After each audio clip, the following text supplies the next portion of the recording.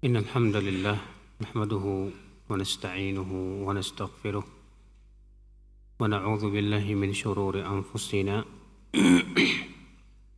ومن سيئات أعمالنا من يهده الله فلا مضل له ومن يضلل فلا هادي له وأشهد أن لا إله إلا الله وحده لا شريك له وأشهد أن محمدا عبده ورسوله. قال الله تعالى في كتابه الكريم يا أيها الذين آمنوا اتقوا الله حق تقاته ولا تموتن إلا وأنتم مسلمون أما بعد.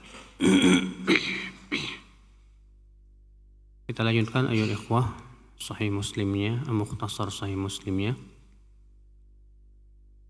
Sekarang kita masuk hadis 188. Bab Guslil mani minat thawb. Bab mencuci mani dari baju. An Abdullah bin Shihab al-Khawlani qal kuntu nazilan ala Aisyah radhiyallahu anha fahtalamtu fi thawbayya faghamastuhuma fil ma fara'atni jariyatun li Aisyah فأخبرتها فبعثت إلي عائشة فقالت ما حملك على ما صنعت بثوبيك قال قلت رأيت ما يرى النائم في منامه قالت هل رأيت فيهما شيئا قلت لا قالت فلو رأيت شيئا غسلته laqad ra'aituni wa inni la ahukkuhu min thawbi Rasulillah sallallahu alaihi wasallam yabisan bi dhufri. Dari Abdullah bin Shihab al-Khawlani ia berkata, aku pernah singgah kepada Aisyah radhiyallahu anha. Lalu aku bermimpi, maksudnya mimpi basah. Pada dua bajuku. Lalu kemudian aku celupkan dua bajuku itu ke dalam air. Rupanya ada budak wanita milik Aisyah melihat perbuatanku itu. Maka ia pun melaporkan kepada Aisyah radhiyallahu anha tentang apa yang aku lakukan. Maka Aisyah radhiyallahu anha mengutus jariyah tersebut, budak tersebut kepadaku. Ia berkata, apa yang membuat kamu melakukan perbuatan tersebut dengan mencelupkan atau memasukkan dua bajumu ke dalam air? Maka aku menjawab, aku bermimpi dalam tidurku itu mimpi basah. Kemudian Aisyah bertanya, apakah kamu melihat di bajumu itu sesuatu? Artinya kamu lihat enggak ada air mani di bajumu itu? Aku berkata tidak, aku tidak melihat. Maka Aisyah berkata, kalau engkau tidak melihat sesuatu lalu kamu cuci, sungguh aku melihat diriku sendiri di zaman Rasulullah SAW. Aku mengerik air mani yang kering dengan kukuku di baju Rasulullah SAW. Hadis ini akhi kita ambil faidah. Faidah yang pertama,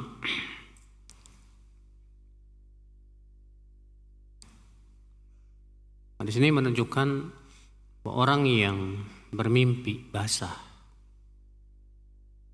lalu kemudian ia tidak melihat air mani di bajunya atau di celananya, maka dia tidak ada kewajiban untuk mandi. Tapi kalau misalnya ia melihat, maka dia wajib mandi kalau memang itu air mani. Karena tidak setiap basah saat mimpi itu air mani, Pak. Terkadang itu air madhi. Kalau ternyata itu hanya air madhi saja, bukan air mani, maka tidak ada kewajiban untuk apa? Mandi. Faedah yang kedua yang bisa kita petik dari hadis ini, apakah hadis ini menunjukkan bahwa air mani itu najis? Jawabnya tidak. Justru Aisyah radhiyallahu anha menegur orang tersebut dan menceritakan bahwa dahulu Aisyah radhiyallahu anha mencuci atau namanya mengerik ya mani yang kering di baju Rasulullah sallallahu alaihi wasallam dengan kukunya. Dan ini dalil yang dijadikan hujjah oleh pendapat yang mengatakan bahwasannya air mani itu tidak najis. Karena memang ikhtilaf para ulama apakah air mani itu najis atau tidak. Kalau mazhab Imam Malik, Abu Hanifah mengatakan bahwa air mani itu najis. Dalilnya apa? Adanya dalil yang menunjukkan bahwa Aisyah pernah mencucinya. Sementara Imam Syafi'i yang masyhur, demikian pula Imam Ahmad, berpendapat bahwa air mani tidak najis. Dan itulah pendapat yang paling kuat, Pak. Dalilnya diantaranya hadis ini. Ya, sebab kalau itu najis, maka tidak cukup untuk apa? Dikerik saja, Pak. Kalau itu hukumnya najis, maka itu tidak cukup hanya sebatas apa? Dikerik. Tapi harus dicuci. Maka dari itulah akhul Islam Syekhul Islam Ibnu Taimiyah rahimahullah ya ketika membahas tentang masalah ini beliau berkata, wa ammal maniyyu fas-sahihu annahu tahir. Adapun mani maka yang sahih ia adalah suci. Kama huwa madhhabu Syafi'i wa Ahmad fil masyhur anhu. Sebagaimana itu adalah madhab Imam Syafi'i dan Imam Ahmad yang masyhur darinya. Waqad qila innahu najisun yujzi'u farquhu kaqauli Abi Hanifah. Dan ada yang lagi berpendapat bahwa air mani itu najis namun boleh untuk dikerik. Itu pendapat Imam Abu Hanifah. Wa qila innahu yajibu ghusluhu. Ada lagi yang berpendapat bahwa mani itu wajib dicuci. Dan itu pendapat Imam Malik. Wal awwal waswab. Pendapat yang pertama yaitu yang mengatakan bahwa mani itu suci, itulah yang benar. Fa innahu minan ma'lum anna sahabata kanu yahtalimuna ala ahdi Nabi sallallahu alaihi wasallam. Wa anna al-maniyya yusibu badana ahadihim wa thiyabah. Wa hadha mimma ta'ummu bihil balwa. Karena sesuatu yang maklum telah diketahui. Pastinya di zaman Nabi SAW para sahabat banyak yang mimpi basah. Dan bahwasanya maninya itu pasti akan menimpa badannya. Dan ini perkara yang sifatnya mimma ta'ummu bihil balwa. Mimma ta'ummu bihil balwa artinya sering terjadi. Ya. Kalau kana dzalika najisan, lakana yajibu 'ala Nabi SAW ya amruhum bi izalati dzalika min abdanihim wa thiyabihim. Kalaulah mani itu najis, tentu kewajiban Nabi SAW adalah memerintahkan para sahabat ya untuk apa? Untuk mencucinya dari badan dan baju mereka. Kama amarahum bil istinja, sebagaimana halnya Nabi memerintahkan mereka untuk istinja. Wa kama amaral haid bi an taghsila damal haid min thawbiha. Juga sebagaimana Nabi memerintahkan wanita haid untuk mencuci baju yang terkena darah haid. Wal isabatun nas al-mani a'zam bikathir min isabati damil haid. Bahkan ya terkena air mani itu Pak lebih sering terjadi dibandingkan wanita haid. Kalau wanita haid kan cuma sebulan sekali. Sedangkan air mani bisa setiap hari. Ya. Tapi ternyata tidak ada satupun Nabi SAW memerintahkan para sahabat untuk mencuci apa? Air mani. Fa'ulima yaqinan anna hadza lam yakun wajiban alaihim. Dan ini menunjukkan bahwa tidak wajib untuk mencuci air mani. Adapun dalil yang menyebutkan ya bahwa Nabi atau Aisyah pernah mencucinya, itu tidak menunjukkan hukumnya najis, Pak. Karena yang namanya mencuci itu terkadang itu bukan karena najis tapi karena menjijikan. Kalau antum kena ludah orang, ludah najis apa enggak? Enggak. Baik. Kalau misalnya antum ada kena ludah terus antum biarin aja dengan alasan suci kok. Iya. Ana yakin tidak mungkin juga. Antum pasti akan mencucinya. Kenapa antum cuci? Apa karena najis? Ya enggak. Makanya tidak setiap yang dicuci itu menunjukkan hukumnya apa? Najis. Iya. Allahu a'lam. Hadis berikutnya, bab waslu atau bab wasli damil haidhah minas thawb. Bab mencuci darah haid yang menempel di baju. Dan darah haid najis dengan ijma' seluruh ulama. An Asma binti Abi Bakrin radhiyallahu anhuma qalat, ja'at imra'atun ila an-nabi sallallahu alaihi wasallam faqalat, ihdana yusibu thawbaha min damil haidhah, kaifa tasna'u bih? Qalat tahuttuhu thumma taqrusuhu bil ma thumma tandahuhu thumma tusalli fihi.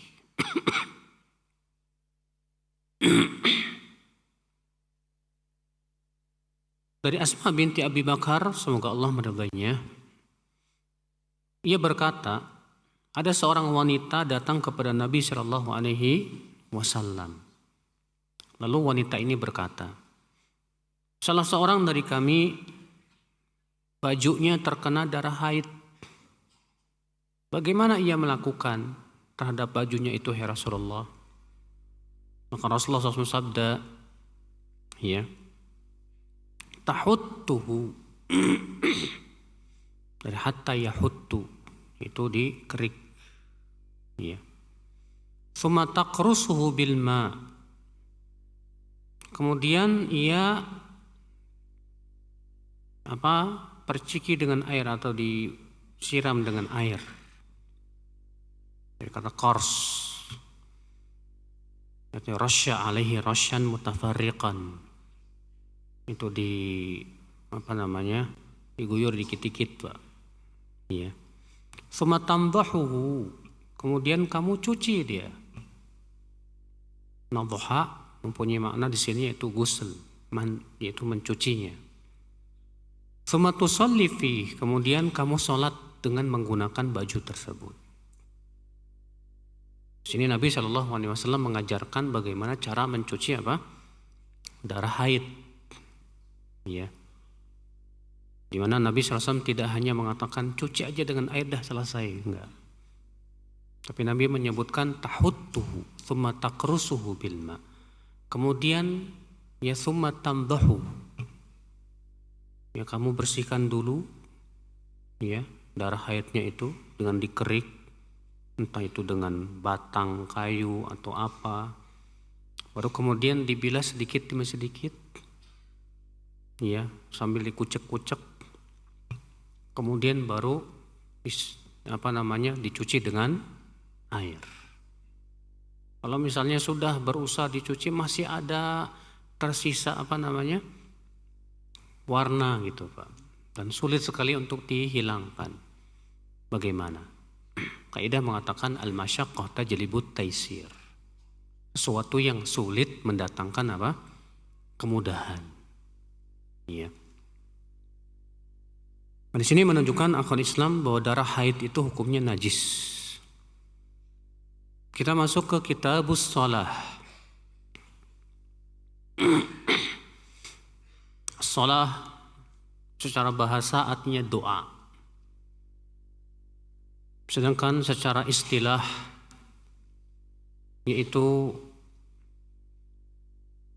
perbuatan dan ucapan yang dilakukan secara dengan cara-cara yang khusus dan di waktu-waktu yang telah ditentukan, disertai dengan niat. Jangan disamakan Pak antara makna sholat secara bahasa dengan sholat secara istilah, seperti yang dilakukan oleh orang-orang liberal di zaman sekarang. Orang liberal tuh ya, mereka di antara mereka ada yang mengatakan saya udah 3 bulan nggak sholat. Karena kan sholat, yang namanya sholat kan doa. Yang penting saya berdoa, saya sudah sholat. Akhirnya mereka menyamakan sholat secara bahasa dengan sholat secara apa? Istilah syariat. Ini jelas akal Islam perkara yang aneh, yang tidak ada satupun ulama yang memahami demikian. Maka kalau bertabrakan antara makna bahasa dengan makna syariat, mana yang dahulukan? Tentu makna syariat yang lebih didahulukan. Maka ketika antum mendengar dalam Al-Quran atau hadis kata-kata sholat, maka yang harus antum pahami dahulu adalah sholat secara makna syariat dulu. Kecuali kalau redaksinya menunjukkan bahwa makna sholat di sini secara bahasa. Contoh misalnya Allah berfirman, khudh min amwalihim shadaqatan tutahhiruhum biha wa shalli alaihim inna salataka sakanul lahum. Ambillah dari harta mereka ya, sedekah itu zakat yang bisa mensucikan harta mereka. Wa shalli alaihim, salatlah untuk mereka. Maksudnya apa kata para ulama? Doakan mereka. Inna salataka sakanul lahum, sesungguhnya salatmu itu ketenangan buat mereka. Salat yang dimaksud dalam ayat ini apa Pak? Doa. Bukan salat 2 rakaat atau yang lainnya, bukan. Iya. Tapi pada asalnya Pak, kata salat itu harus dipahami dulu sesuai dengan makna apa? Syariat. Tidak boleh dipahami secara makna bahasa kecuali dengan apa? Ada bukti atau ada redaksi yang menunjukkan kepada hal itu. Kemudian di sini beliau membuka Kitabus Shalah dengan bab bad'il adzan. Bab permulaan adzan. Artinya kapan dimulainya adzan itu? Dan bagaimana cara bagaimana dimulainya. Hadis 190. An Abdullah bin Umar radhiyallahu anhuma annahu qala kana al-muslimuna hina qadimu al-Madinah yajtami'una fayatahayyanuna as-salawat wa laysa yunadi biha ahadun fatakallamu yawman fi dhalik فقال بعضهم اتخذوا ناقوسا مثل ناقوس النصارى وقال بعضهم قرنا مثل قرن اليهود فقال عمر رضي الله عنه أولا تبعثون رجلا ينادي بالصلاة قال رسول الله صلى الله عليه وسلم يا بلال قم فنادي بالصلاة. Dari Abdullah bin Umar, semoga Allah meridainya, ia berkata, dahulu kaum muslimin ketika datang ke kota Madinah, mereka berkumpul dan mereka ya memperkirakan waktu sholat. Mereka berusaha untuk menunggu waktu sholat. Dan saat itu tidak ada seorang pun yang memanggil orang untuk sholat, karena belum disyariatkan padanya adzan. Suatu hari mereka pun berbicara tentang masalah itu. Ya, artinya bagaimana supaya bisa memanggil orang untuk sholat. Sebagian mereka berkata, ayo kita ambil lonceng seperti loncengnya orang Nasrani. Namun Rasulullah tidak suka. Sebagian lagi mereka berkata, bagaimana kalau kita tiup trompet seperti trompetnya orang Yahudi? Maka Rasulullah pun tidak suka. Lalu Umar berkata, kenapa kalian tidak mengutus seseorang untuk memanggil sholat?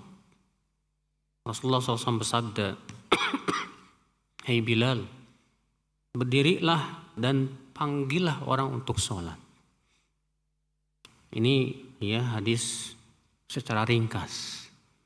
Sementara dalam riwayat yang lain di Kitabul Abu Daud disebutkan secara lengkap.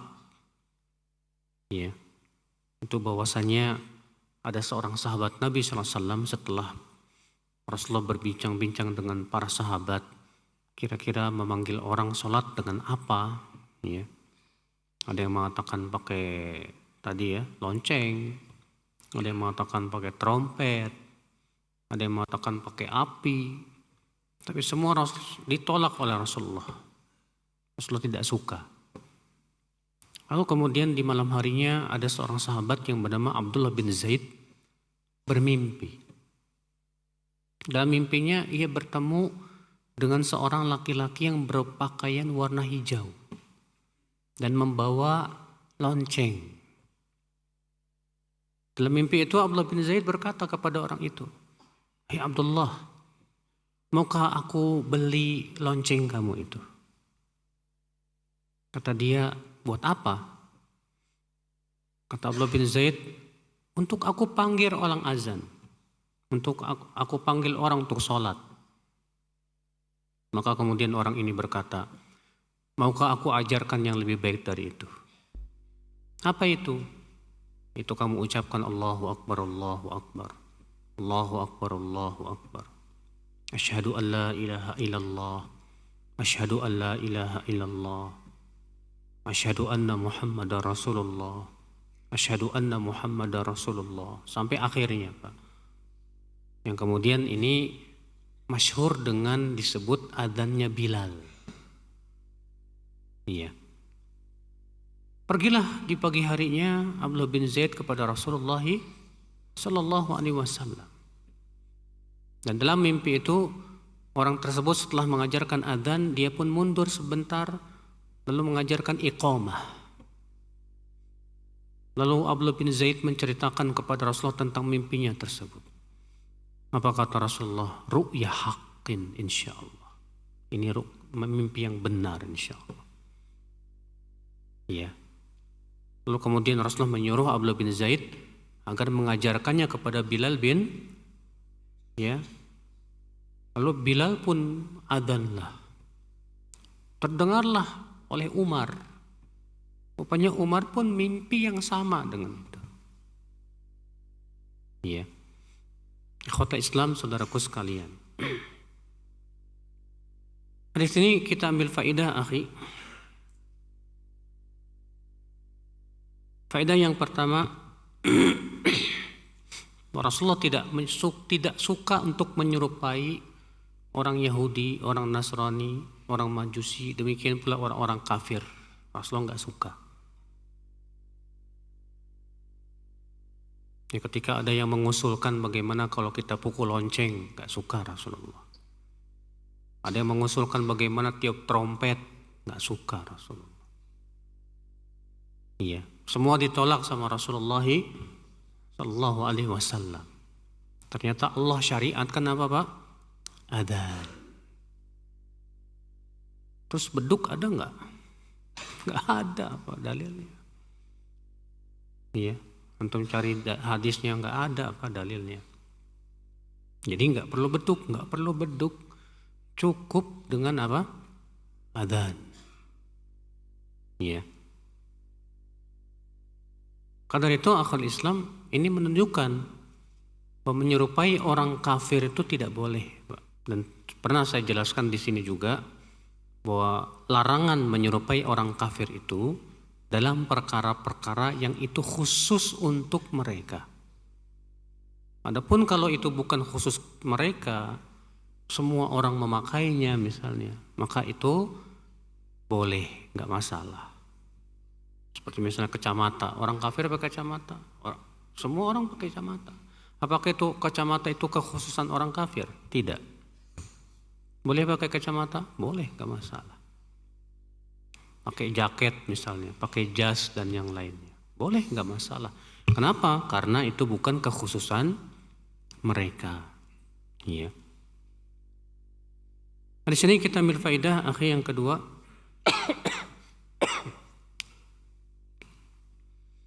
Di sini menunjukkan bahwa hendaknya muadzin itu sifatnya sayyidan, lantang suaranya. Kenapa? Karena ternyata Rasulullah tidak menyuruh Abdullah bin Zaid untuk adzan, Pak. Padahal yang mimpi siapa? Abdullah bin Zaid.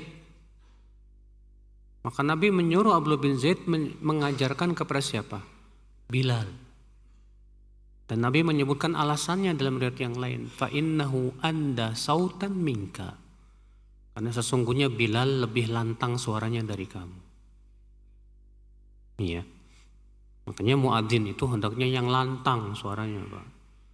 Bukan yang lembek. Allahu Akbar, Allahu. Orang jadi nggak bangun nanti, Pak. Malah tambah lelap tidurnya. Ya. Jadi adzan itu yang lantang. Ya, yang kuat.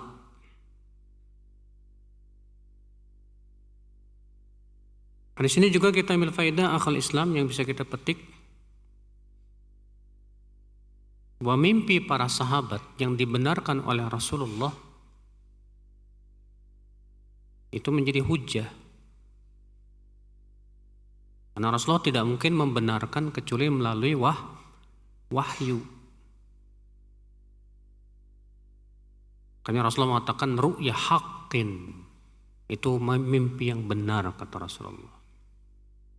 Sedangkan Rasulullah SAW kata Allah apa? Wa ma yantiqu 'anil hawa in huwa illa wahyu yuha. Rasulullah tidak mungkin berbicara dari hawa nafsu, akan tetapi itu adalah wahyu yang Allah wahyukan kepadanya. Hadis ini akhul Islam kita ambil faedah juga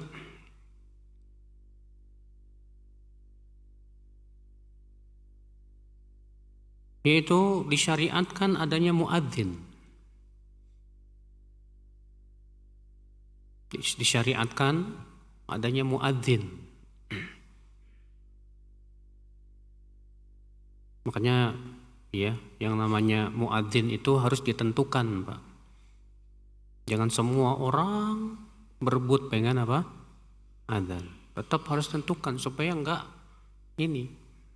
Di zaman Rasulullah SAW itu ada 3 sahabat yang biasa adzan. Yang pertama Bilal. Yang kedua Ibnu Ummi Maktum. Dan yang ketiga Abu Mahdhurah. Dan akan disebutkan nanti ya adzannya Abu Mahdhurah di hadis yang akan datang. Karena adzannya Abu Mahdhurah itu Pak agak berbeda dengan adzannya Bilal. Ya, yang kita dengar sekarang ini itu adzannya Bilal. Itu 15 kata. Allahu Akbar, Allahu Akbar. Allahu Akbar, Allahu Akbar. Asyhadu an la ilaha illallah, asyhadu an la ilaha illallah. Asyhadu anna Muhammadar Rasulullah, asyhadu anna Muhammadar Rasulullah. Hayya 'alas shalah, hayya 'alas shalah, hayya 'alal falah, hayya 'alal falah. Allahu Akbar, Allahu Akbar. La ilaha illallah. Itu semua jadi 15 kalimat. Kalau adzannya Abu Mahdhurah ada 19 kalimat. Karena ada tarji. Ya, sebagai nanti akan disebutkan.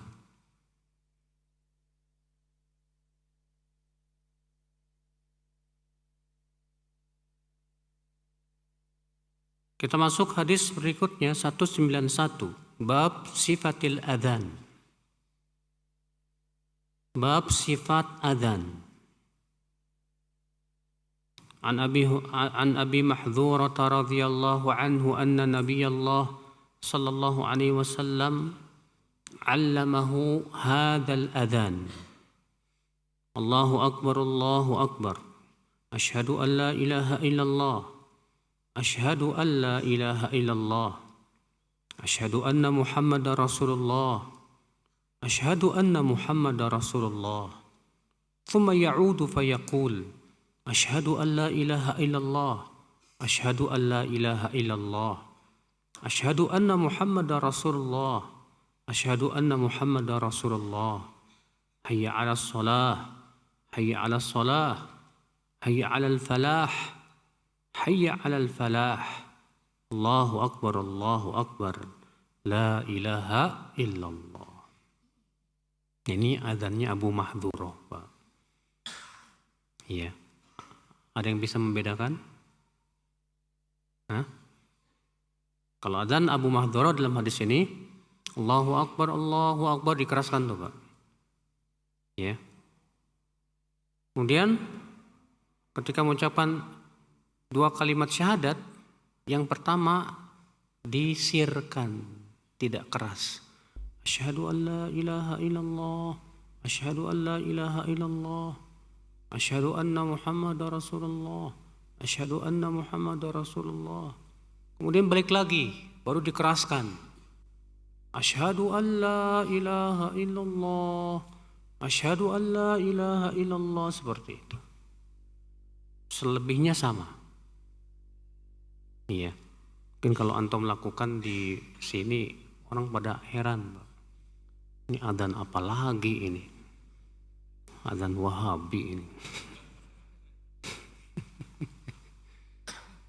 Iya. Tapi kalau nggak salah pernah itu dipraktekkan di Rawalumbu itu. Ada yang mempraktekkan itu. Itu adzan Abu Mahdhurah.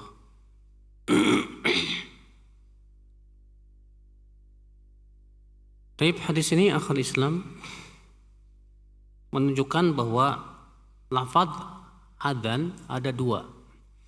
Ada lafaz adzan Bilal, ada lafaz adzan Abu Mahdhurah. Adapun adzan Bilal sudah kita sebutkan tadi.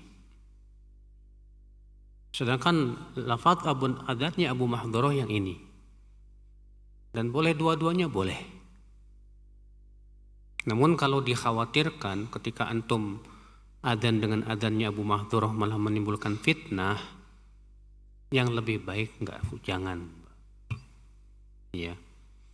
Karena memang agak beda dengan adzan yang biasa didengar orang-orang. Ya.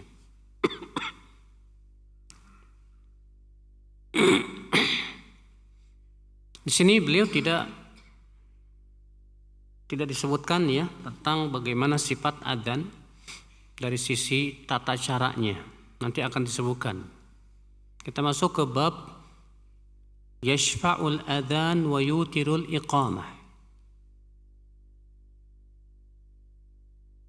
Bab menggenapkan adzan dan mengganjilkan iqamah. Hadis 192 an Anas radhiyallahu anhu qala umira Bilalun an yashfa'al adzan wa yutirul iqamah. Zada Yahya fi hadithi an Ibn Ulayyah fahaddathu bihi Ayyub faqala illa al-iqamah. Dari Anas, semoga Allah meridainya, ia berkata, Bilal diperintahkan untuk menggenapkan adzan dan mengganjilkan iqamah, kecuali lafaz iqamah, yaitu qad qamatis shalah. Hadis ini menunjukkan akhwat Islam bahwa adzan dengan iqamah, di mana adzan itu genap sedangkan iqamah itu ganjil. Namun tentunya Pak, untuk memahami hadis ini harus melihat hadis yang lain. Karena sebagian orang Pak, ada yang memahami begini, bahwa yang dimaksud dengan ganjil itu semua jadiin satu, termasuk takbir. Allahu Akbar, asyhadu an la ilaha illallah, asyhadu anna Muhammadar Rasulullah, hayya 'alas shalah, hayya 'alal falah, qad qamatis shalah, qad qamatis shalah, Allahu Akbar, la ilaha illallah. Dasarnya kata mereka hadis Bilal ini. Ya. Padahal ini tidak ada satupun ulama yang berpendapat dengannya. Terus gimana dong? Apa yang dimaksud dengan mengganjilkan? Dijelaskan dalam hadis Abdullah bin Zaid yang pertama tadi yang sudah kita sebutkan. Dalam mimpi tersebut, ya, dia mengajarkan iqamah. Bagaimana? Yaitu Allahu Akbar, Allahu Akbar, asyhadu an la ilaha illallah, asyhadu anna Muhammadar Rasulullah, hayya 'alas shalah, hayya 'alal falah, qad qamatis shalah, qad qamatis shalah, Allahu Akbar, la ilaha illallah. 11. Ya. Karena pemahaman ini Pak bertabrakan dengan hadis Abdullah bin Zaid. Karena hadis Abdullah bin Zaid itu kemudian dikenal oleh para ulama dengan disebut adzannya Bilal. Ya. Maka dari itu yang benar bagaimana dong? Yang benar tadi takbirnya tetap 2 kali, Allahu Akbar, Allahu Akbar. Sebagian ulama mengatakan bahwa ucapan Allahu Akbar sebetulnya satu. Makanya ya, sebagian ulama mengatakan bahwa tidak boleh orang adzan itu seperti ini. Allahu Akbar, nggak boleh. Tapi yang benar disatukan, karena sebetulnya itu satu. Allahu Akbar, satu. Maka ketika diganjilkan menjadi Allahu Akbar, satu. Iya. Allahu a'lam. Bab ittikhadil muadzinin. Bab mengambil muadzin. An Ibnu Umar radhiyallahu anhuma qala kana li Rasulillah sallallahu alaihi wasallam muadzinani Bilalun wa ibnu Ummi Maktum al-A'ma. Dari Ibnu Umar, semoga Allah meridainya, ia berkata, Rasulullah SAW memiliki 2 muadzin. Yang pertama yaitu Bilal, dan yang kedua yaitu Ibnu Ummi Maktum. Ya. Nanti itu menunjukkan bahwa hendaknya masjid itu ada muadzin yang sudah ditunjuk. Gak masalah 2 orang, 3 orang. Yang jelas mereka ditugaskan. Dan sifat muadzinnya bagaimana? Sudah kita sebutkan tadi. Yang paling utama pertama apa? Suaranya lantang. Jangan memilih muadzin yang suaranya nggak lantang, Pak. Yang kedua, makharijul hurufnya benar. Panjang pendeknya benar. Ada muadzin yang salah. Allahu Akbar, barnya dipanjangin tuh, Pak. Kata Syekh Utsaimin, orang yang memanjangkan bar tidak sah adzannya. Kenapa? Karena berubah maknanya, Pak. Apa makna akbar? Kalau akbar artinya yang paling besar. Tapi kalau akbar dipanjangkan artinya gendang besar. Ya, Allahu Akbar, berarti Allah gendang besar, la ilaha illallah. Ini kan sudah berubah banget, Pak. Kadang kita juga mendengar ada muadzin begini, asyhadu an la ilaha illallah, dipendekkan itu, Pak. Maksudnya kan asyhadu an la ilaha illallah. Sebab kalau dipanjangkan la ilaha illallah, la nafiyah. Artinya tidak ada ilah yang berhak disembah kecuali Allah. Tapi kalau lamnya dipendekkan jadi lam mutaukid. Aku bersaksi bahwa benar-benar ada ilah selain Allah. Waduh. maknanya hancur sudah. Makanya muadzin itu harus Pak dites. Ya, bukan sebatas suaranya lantang, tapi kalau makharijul huruf panjang pendeknya juga salah. Wah, ini harus dibenerin. Supaya kenapa? Ini bisa berpengaruh kepada keabsahan adzan. Iya.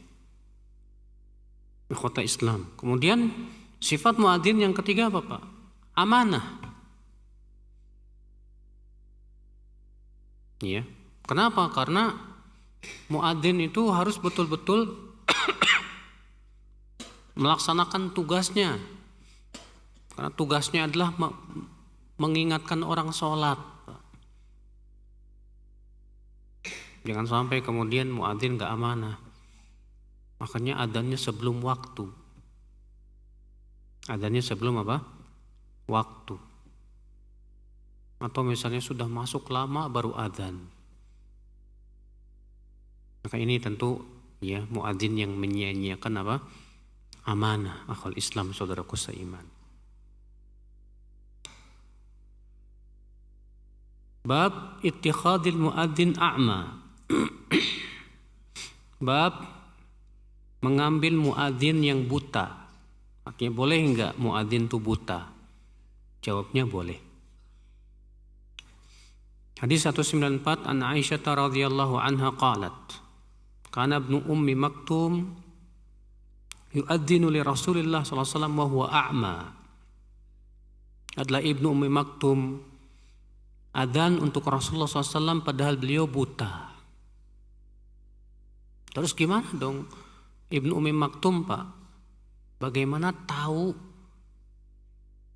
masuknya waktu? Sementara di zaman beliau kan nggak ada jam, nggak ada apa. Itu diingatkan oleh para sahabat. Disebutkan dalam sebuah riwayat yang lain, wa kana Ibnu Maktum la yu'adzin hatta yuqalu lahu asbahta asbaht. Adalah Ibnu Maktum, beliau baru adzan setelah diingatkan oleh para sahabat, udah subuh. Baru kemudian beliau pun apa? Adzan. Iya. Kita masuk ke bab fadlil adzan. Bab keutamaan adzan. Dan keutamaan adzan ini luar biasa, Pak. Mana yang lebih utama? Adzan atau imam? Jawabnya adzan lebih utama daripada apa? Imam. Makanya kalau kita lihat hadis-hadis tentang keutamaan muadzin jauh lebih banyak Pak dibandingkan dengan keutamaan imam. Bahkan keutamaan imam saya belum dapat riwayat yang sahih.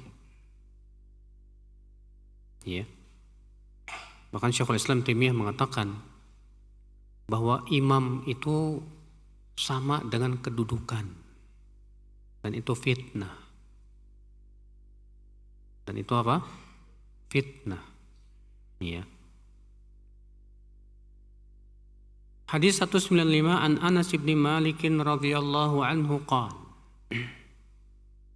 kana Rasulullah sallallahu alaihi wasallam yughiru idza tala'a al-fajr wa kana yastami'u al-adhan fa in sami'a adhanan amsak wa illa aghar fa sami'a rajulan yaqulu Allahu akbar Allahu akbar.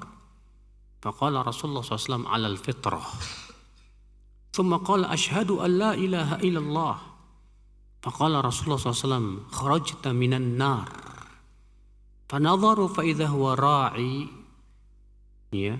معز atau mi'za. Dari Anas bin Malik semoga Allah meridhoinya, ia berkata, adalah Rasulullah SAW biasanya kalau menyerang suatu kaum, ya, beliau serang itu saat terbit fajar. Dan beliau mendengar dulu adzan. Kalau ternyata ada adzan, maka beliau tidak jadi menyerang.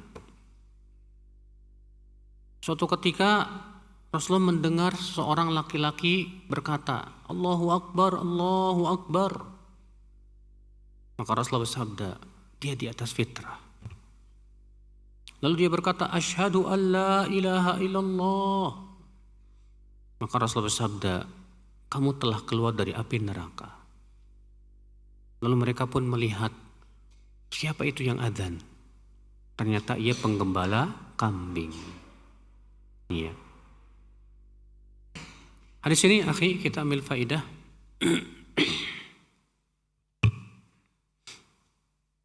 Hadis ini menunjukkan dalil bahwa di antara tanda negara itu negara Islam, Pak, yaitu tegak padanya syiar-syiar Islam berupa adzan, Jumat, dan yang lainnya.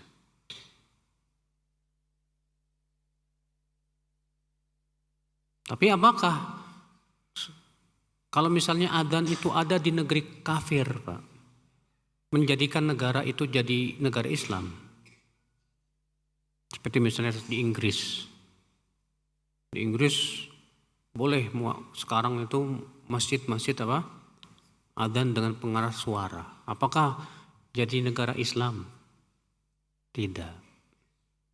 Makanya pendapat yang sahih disebut negara Islam itu kalau dua perkara terpenuhi.